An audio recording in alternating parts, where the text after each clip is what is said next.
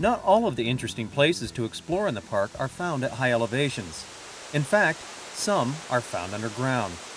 We hiked down a steep path through lush vegetation past a rushing stream to the entrance of Crystal Cave. Thanks. Hi, Adam. How are you? Hi, I'm Brian. Hi, Brian. Nice to meet you.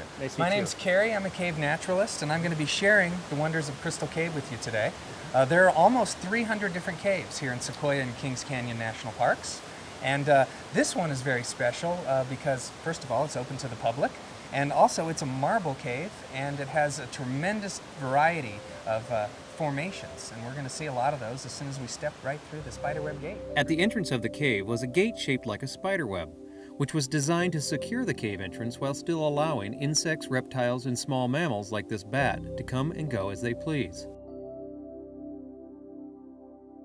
When we entered the cave, the temperature had dropped by almost 20 degrees.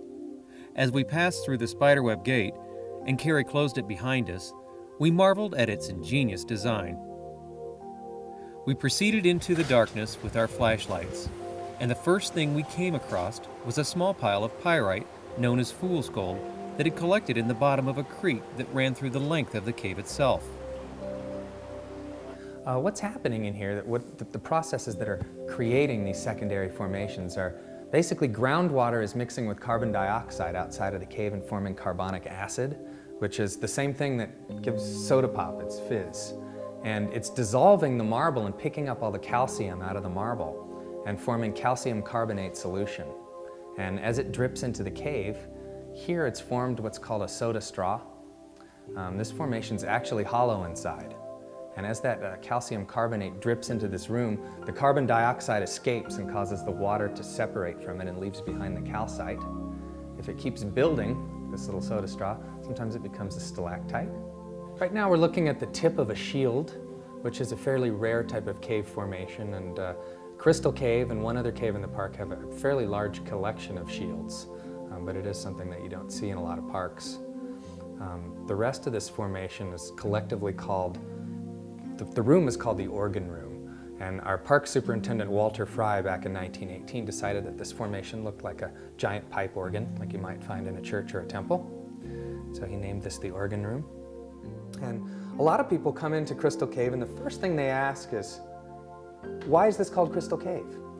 And we can see the answer right here. We have calcite crystals that are growing here underneath this flowstone.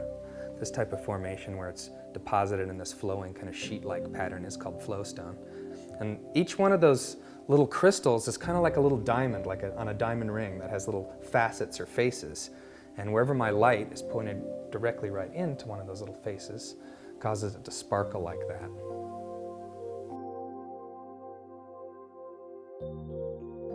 These are called cave pearls, and they're a fairly rare formation, although they are found in a few other caves in the United States. Carrie proceeded to tell us that cave pearls are formed exactly the same way as pearls are in oysters, starting with a tiny grain of sand that gets coated with calcite over a period of time.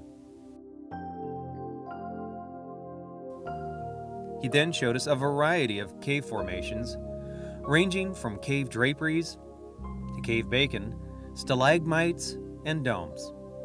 Although our time was short, we were glad to have made the journey to Crystal Cave.